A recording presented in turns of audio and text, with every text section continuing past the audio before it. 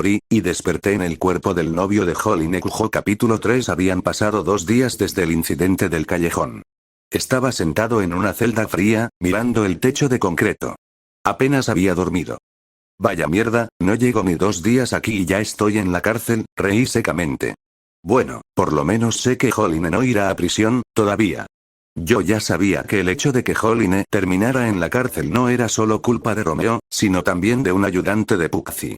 Pero estaba seguro de que esta vez ella no iría a prisión. Lo sabía porque planeaba matar al padre de Pucci con mis propias manos. Una sonrisa afilada se dibujó en mi cara al tener ese pensamiento. Si mataba a Pucci, nada de Stone Ocean pasaría. Aunque la verdad, si nada de eso ocurría, Holline jamás conocería a Emporio, ni a Hermes, y FF tampoco habría existido. Mierda, ahora sí tenía un problema grave. Tenía que elegir entre salvar a Holline y dejar de lado a los demás, o permitir que Holline fuera a la prisión Green Dolphin. Ash, esto es más difícil de lo que pensé. La puerta de la celda se abrió con un ruido metálico, sacándome de mis pensamientos. Hiso, ¿tienes visita?, dijo el guardia. Me esposaron y me llevaron a una sala de interrogatorios privada. Yo esperaba a un policía, pero no era un policía quien me esperaba. Era un hombre de unos 50 años, traje negro impecable, cabello canoso bien peinado y una expresión seria pero calmada. Señor Romeo Hiso, dijo, extendiendo la mano. Mi nombre es Roberto Speedwagon. Trabajo para la Fundación Speedwagon. Me senté frente a él, todavía esposado. El nombre me golpeó fuerte. Sabía exactamente quién era esa organización. El abogado esperó a que el guardia saliera y cerró la carpeta que tenía delante. Voy a ser directo. Sabemos que no fue un homicidio común. Vimos las grabaciones originales antes de que fueran manipuladas. Dime, ¿cómo mataste a esa cosa? En mi cara se notó un leve tono de tensión. Decidí ser sincero, pero sin revelar demasiado. Agarré una piedra del suelo y la lancé. No sé cómo lo hice con tanta fuerza, solo actué por instinto. Esa criatura estaba a punto de atacar a Holline. No pensé, solo la lancé para proteger a mi novia. Con cada palabra, el abogado Speedwagon asintió lentamente, como si confirmara algo. Pero luego sentí como una ráfaga de aire pasaba por mi cara. ¿Eh? ¿Qué fue eso? La cara del abogado tenía un gesto de sorpresa. Sin saberlo, había activado su stand frente a Romeo para comprobar si era usuario de stand, pero para su sorpresa el chico reaccionó como si no pudiera verlo. Nada, tal vez solo fue una corriente de viento.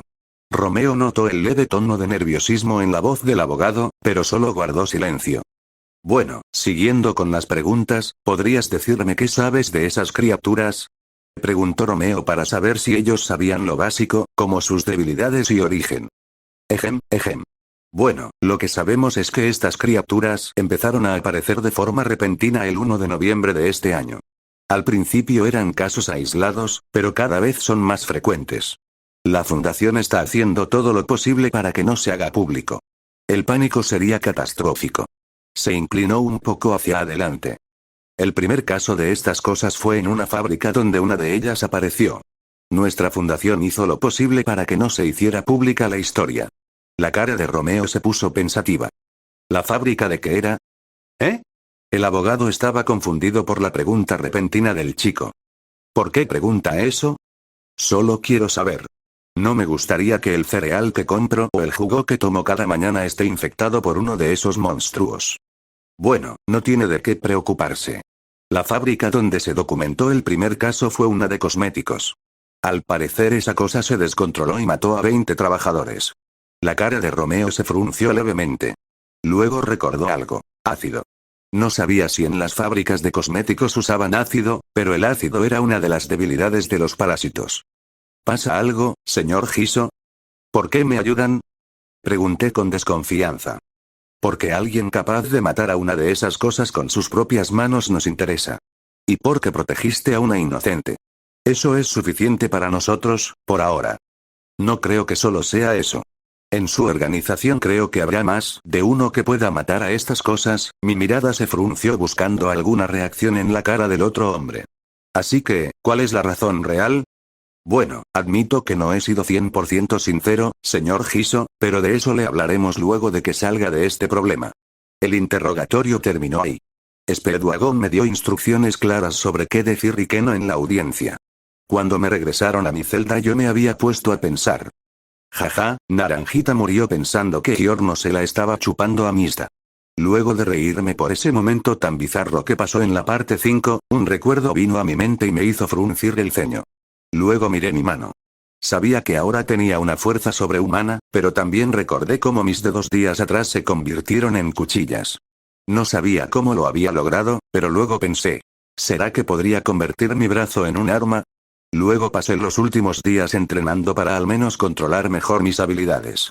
3 días después ya era el día de la audiencia preliminar. La sala del tribunal era más intimidante de lo que imaginaba. Holly estaba sentada en la primera fila, mirándome con preocupación.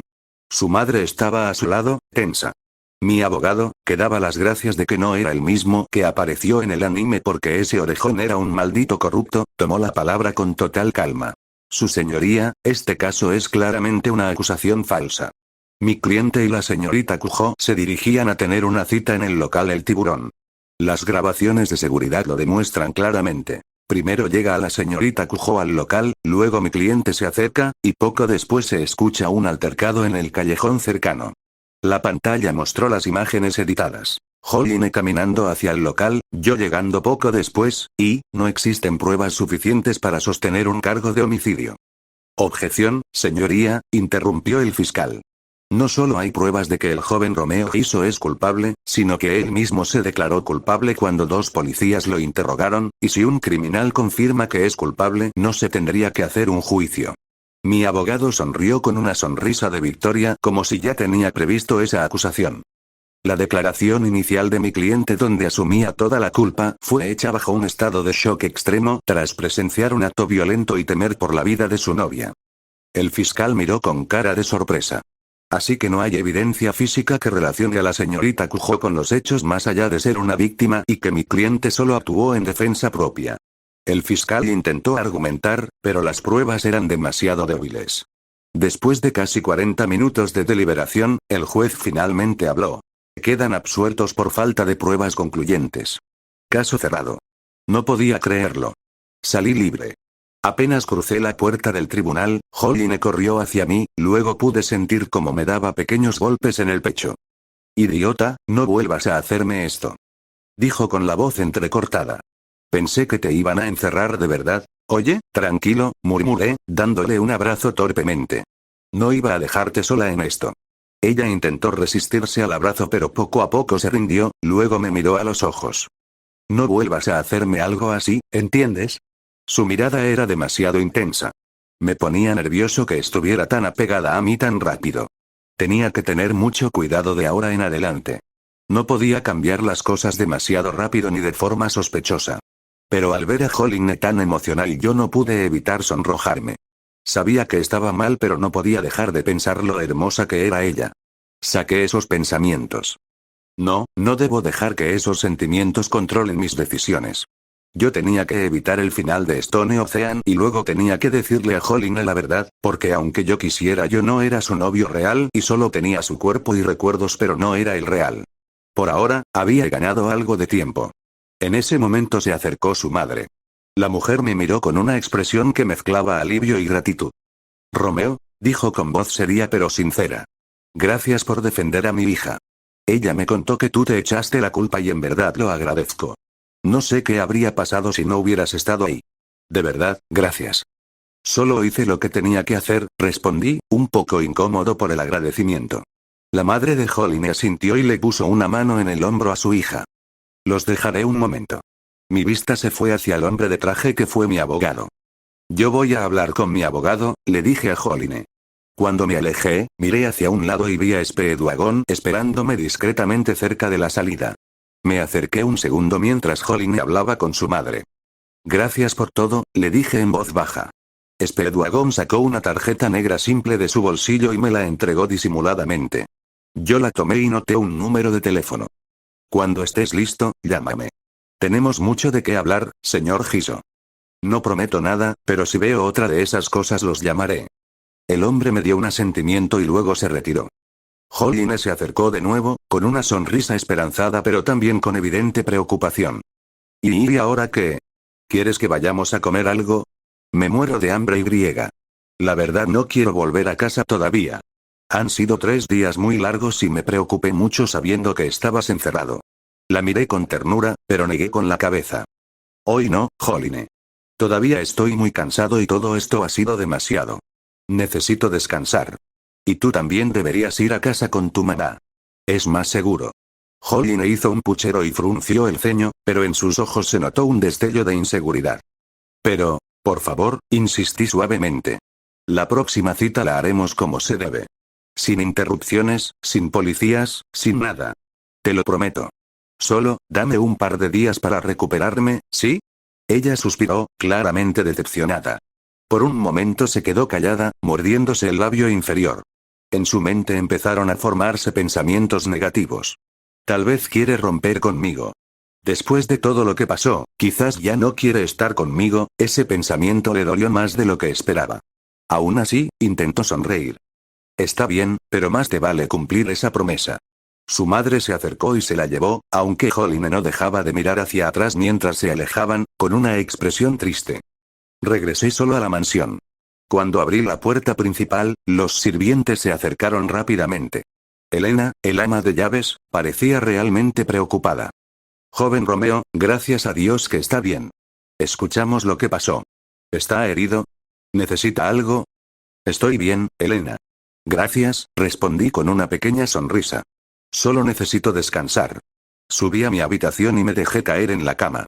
Saqué el teléfono y le escribí a Joline. Romeo, ya llegué a casa. ¿Tú estás bien? Joline. Sí, aunque sigo pensando que deberíamos haber salido. Joline. Han sido 3 días horribles sabiendo que estabas ahí, Joline. ¿Seguro que no quieres hablar un rato? Aunque sea por mensaje, Joline. Ya te extraño, Romeo. Tranquila, estoy bien, y te prometo que tendremos una cita y esta vez no tendremos inconvenientes, jeje. Joline. Está bien. Buenas noches, Romeo. Joline. Pero de verdad llámame mañana, ¿sí? No desaparezcas, Romeo. Sí, cuando pueda te llamaré. Sonreí mirando la pantalla y solté un largo suspiro. Me tiré en la cama y caí dormido casi al instante. Al día siguiente me desperté con el sonido de voces alteradas tocando la puerta de mi cuarto.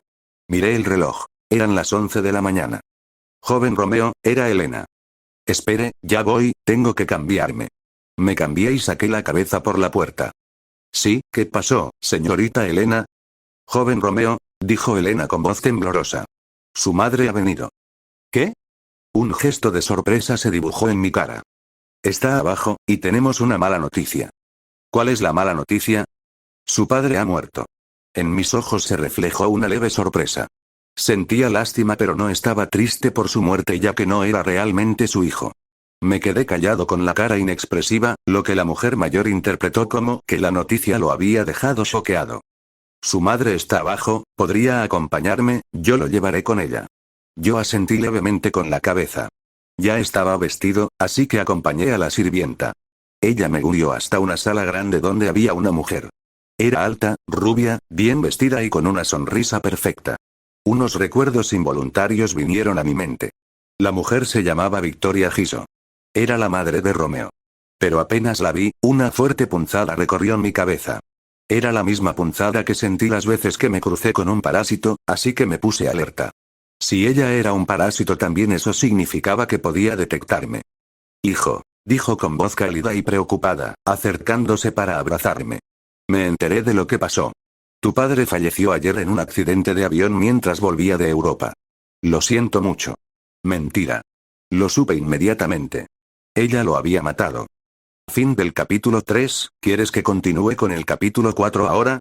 Dime cómo lo quieres. Yo la abracé de nuevo, aunque levemente empecé a temblar por los nervios, ya que mis sentidos me avisaban que estaba ante un peligro mayor. Victoria, o mejor dicho, el parásito dentro de ella, me miró fijamente con una sonrisa que solo yo podía entender. Sabía que yo también era uno de ellos.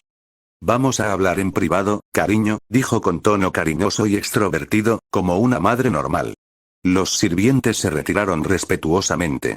Apenas cerramos la puerta del estudio, su expresión cambió aunque seguí sonriendo, aunque podía ver que sus ojos están muertos.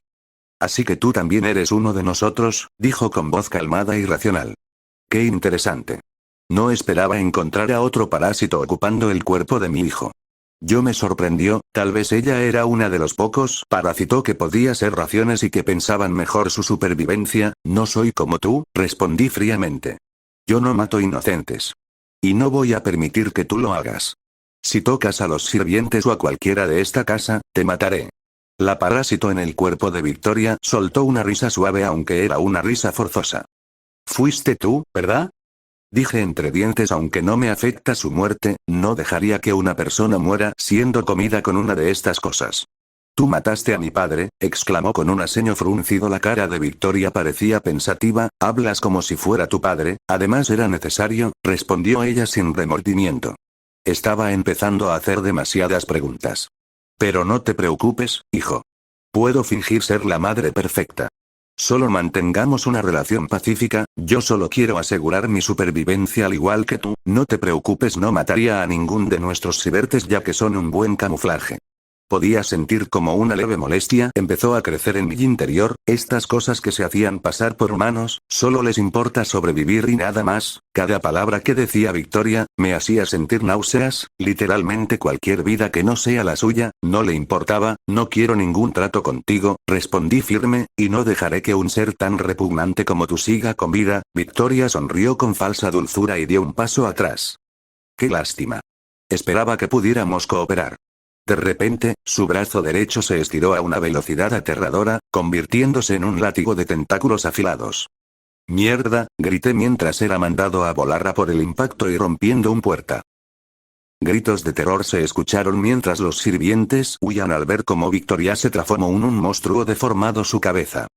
Ash, qué lástima, ahora tendré que matar a todos. Ella se lanzó otra vez contra Romeo y este logró esquivarlo a duras penas. Señorita Elena, por favor salga de aquí. Elena, aunque agitada, logró escapar como la mayoría, pero no todos tuvieron la misma suerte. 2 sirvientes murieron en el camino, alcanzados por los ataques de Victoria.